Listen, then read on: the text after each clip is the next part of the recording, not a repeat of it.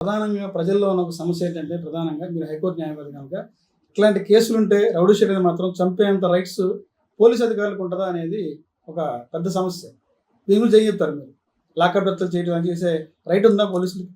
Right కాదు, ఖచ్చితంగా వాళ్ళని చంపాల్సిందే.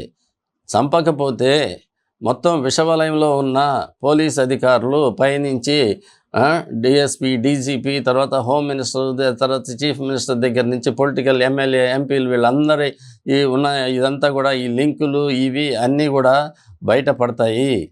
కాబట్టి దానికి సంబంధించింది వాళ్ళు తీసుకున్న వాళ్ళ దాన్ని బట్టి చూస్తే దానికి వాళ్ళు దృష్టిలో వాళ్ళు చేసేది అది కరెక్టే. అది అలాంటి వాళ్ళని ఇంకా ఉంచితే ఇంకా ప్రమాదం. కాబట్టి అది ఎవరు చంపుతున్నారు, ఎవరు చేస్తున్నారంటే ఒక నాగరాజు మనకి ముందు కనిపిస్తున్నాడు, కానీ అది కాదు అది. అందుకనే అతని మీద కేసులు అంటున్నారు కదా, ఏ కేసులు ఏమిటని ఒకసారి సాయి తేజ మీద ఉన్న కేసులు పరిశీలిస్తే దానికి దేనికి సంబంధించింది అని చూస్తే మళ్ళీ అక్కడి నుంచి చూస్తే అన్ని రియల్ ఎస్టేట్ దందాలు, తర్వాత మిగతావి అన్నీ చాలా ఉన్నాయి కదా. ఇవన్నీ లేకపోతే దానికి సంబంధించిన ఇంత విషవలయం ఇది ఉంది కదా, ఇన్ని కోట్ల మాఫియా, దీనికి సంబంధించింది లిక్కర్ కానీ ఇవి అన్నీ ఉంటాయి దాంట్లో. అవి ఉన్నప్పుడే దానికి సంబంధించిన ఇవన్నీ కూడా జరుగుతాయి. కానీ అవన్నీ ఏమీ లేకుండా ఒక నేరం, ఏ నేరం చేసింది ఏదైనా బంగారమా లేకపోతే డబ్బులా లేకపోతే ఇదే, వాటి గురించి చెప్పట్లేదు కదా. ఇప్పుడు ఎక్కడ కూడా అవి ఫోకస్ చేయట్లేదు. ఎంత పెద్ద నేరం చేసి ఉండాలి, అంత పెద్ద నేరం చేస్తే ఇప్పుడు వాళ్ళు ఎన్ని కేసులు సెక్షన్లు పెట్టారు, ఏం చేశారు అనేది ఉండాలి కదా. ఎక్కడ రౌడీ షీటర్గా ఎప్పుడు డిక్లేర్ చేశారు, లేకపోతే గూండా దీని కింద ఎట్లా చేశారు ఏమిటనేది ఉండాలిగా. డ్రగ్ మాఫియా అని చెప్పి అంటారు, గ్యాంగ్ లీడర్, డ్రగ్ మాఫియా, అదే ఎక్కడి నుంచి అదే ఇవన్నీ పబ్లిష్ చేయాలి కదా. బతికున్నప్పుడు పబ్లిష్ చేయాలి కదా. అంత ఇది ఒక కృష్ణలంకకే పరిమితం అవ్వరు వాళ్ళు. డ్రగ్ మాఫియా స్టేట్ వైడ్ మొత్తం ఉంటారు, అన్ని స్టేషన్లో ఉంటారు, అన్ని స్టేషన్లో వీళ్ళ కేసులు ఉంటాయి. వీళ్ళు చేసేవాళ్ళు వెనకాల వేరే ఉన్నారు కదా.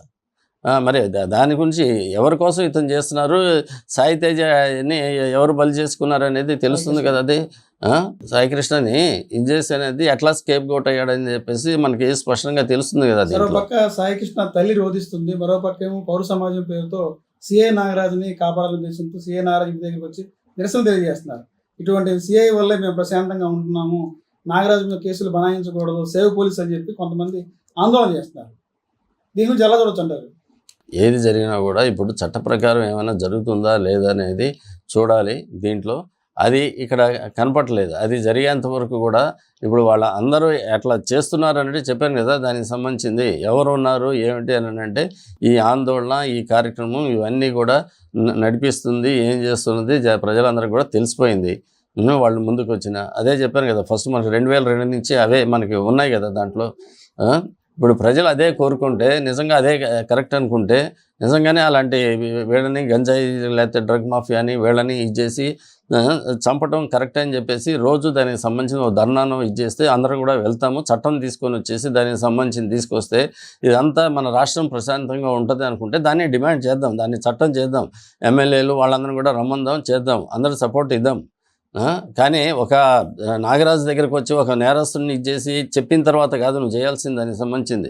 అది ఎప్పుడు వస్తుంది? అది నాగరాజు ఇంత ఇదే అని చెప్పేసి ఆయన చేసే పనులు అవన్నీ కూడా ఈ పాటికి మొత్తం విజయవాడ నగరంలో మారుమోగి ఆయనకి పెద్ద అవార్డు ఇచ్చేసి ఉండాలి కదా. దానికి ఇవ్వాలి.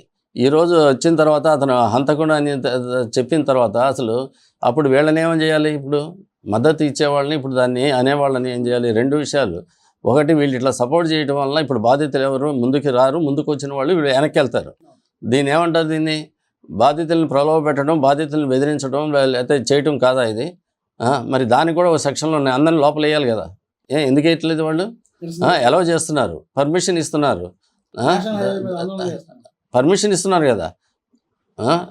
మేము వెళ్ళి మాట్లాడితే దానికి సంబంధించింది ఒకళ్ళు వెళ్ళినా కూడా ఆయుష మీద దాంట్లో చనిపోయిందని చెప్పి సంవత్సరానికి కొవ్వొత్తులు పట్టుకొని వెళ్తే అందరినీ కూడా లాయర్లందరినీ కూడా 3 సంవత్సరాలు తిప్పారు కోర్టులో. దాంట్లో మరి ఎవరు చేయిస్తున్నారు ఏమిటి? దీనికి ఇంకా చాలా లోతుగా దీని వెనకాల మొత్తం కూడా ఉన్న మాఫియా ఇది దాని అంతా కూడా బయటికి రావాలి. ఇప్పుడే బయటికి రాదు, ఇంకా చాలా వస్తాయి దీనికి సంబంధించింది.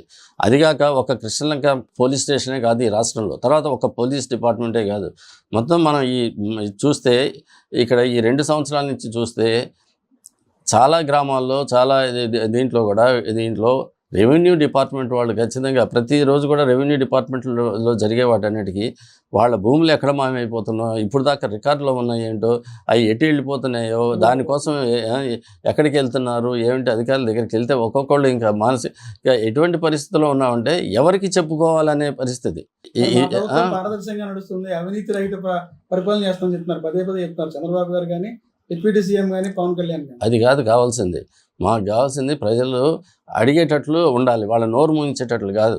వాళ్ళు ఇద్దరు అక్కడ పెద్ద కమ్యూనిటీకి సంబంధించిన ఇద్దరు 2 కులాలకు సంబంధించిన ఆధిపత్య కులాలు అంటారు చూసారా, ఆ 2 కులాలు ఉన్నప్పుడు జనాలు ఎవరు కూడా నోరు తెరిచి అడగలేని పరిస్థితి, ప్రశ్నించే పరిస్థితి లేదు దానికి సంబంధించింది.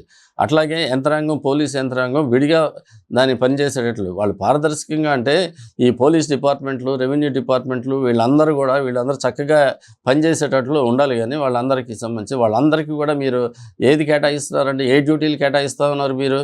రోజు కార్పొరేట్ సంస్థలని చేయటం, వాళ్ళు ఇక్కడికి రావటం, దానికి సంబంధించింది వీళ్ళందరినీ సెక్యూరిటీగా పెట్టడం, చేయటం. రోజు ఒక ముఖ్యమంత్రి నేను సంపద సృష్టిస్తా అంటే మరి నాగరాజు వాళ్ళందరూ కూడా అలాంటి వాళ్ళు సంపద సృష్టించుకొని 1000 కోట్లు చేసుకొని చేస్తున్నారంటే అది ఆ ముఖ్యమంత్రి గారి ఆశయాన్ని వాళ్ళు చేస్తున్నారు కదా వాళ్ళని. అట్లాగే కదా మరి సంపద ఎక్కడి నుంచి వస్తుంది? సృష్టించాలంటే పట్టుకోవాలి గంజాయి వాళ్ళని వీళ్ళని అందరిని పట్టుకొని చేసి మాఫియా దాన్ని చేస్తే పబ్బులు ఇవి కల్చరు అవి డెవలప్ చేస్తే రాష్ట్రం మొత్తం కూడా ఇదవుతుంది. సార్, నాగరాజు మీద సంబంధించి ఏదైతే ఉందో సాయికృష్ణ కేసు సంబంధించి సిఐ నాగరాజు మీద కేసులు నమోదు చేసడం జరిగింది. రాష్ట్ర ప్రభుత్వం కేసు నమోదు చేసింది. దీనిలో చూసుకుంటే బిఎన్ఎస్ సెక్షన్ 103/1, దాంతోపాటుగా సెక్షన్ 127/4, 127/6 ఈ సెక్షన్ సంబంధించి ఎలాంటి శిక్ష పడే అవకాశం ఉంది?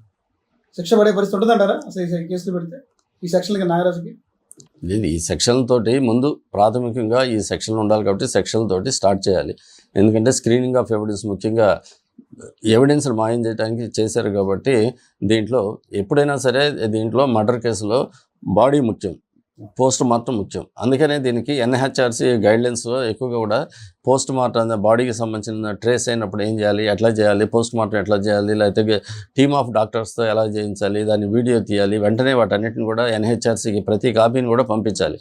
అట్లాగే ఇలాంటి డెత్ వీటన్నిటిలో కూడా ఎన్హెచ్ఆర్సీ గైడ్లైన్స్ ప్రకారం, ఎందుకంటే మనకి 80 నుంచి 1980 నుంచి మనకి దాదాపు 90s దాకా కూడా మన చాలా రాష్ట్రంలో, ఉమ్మడి రాష్ట్రంలో దానికి సంబంధించిన లాకప్ డెత్ కేసులు అవన్నీ జరిగినప్పుడల్లా కూడా దానికి సంబంధించిన ఎంక్వైరీస్, దానికి సంబంధించిన విచారణలు, దానికి సంబంధించిన సూచనలు వచ్చి దానికి కమిషన్లు వేయటం, ఎట్లా చేయాలి అంటే అనేది ఎన్హెచ్ఆర్సీ వాళ్ళు రావటము, దానికి సంబంధించిన గైడ్లైన్స్ ఇవ్వటము అన్నీ జరిపారు. ఎందుకంటే ఒక వ్యక్తిని అరెస్ట్ చేసి తీసుకొచ్చినప్పుడు కోర్టులో పెట్టకముందు ఎలా ట్రీట్ చేయాలి, ఏం చేయాలి, వాళ్ళకి ఏం హక్కులు ఉంటాయి, ఏంటి, వాళ్ళకి తల్లిదండ్రులకి చెప్పాలి, బంధువులకి చెప్పాలి, తర్వాత లాయర్ని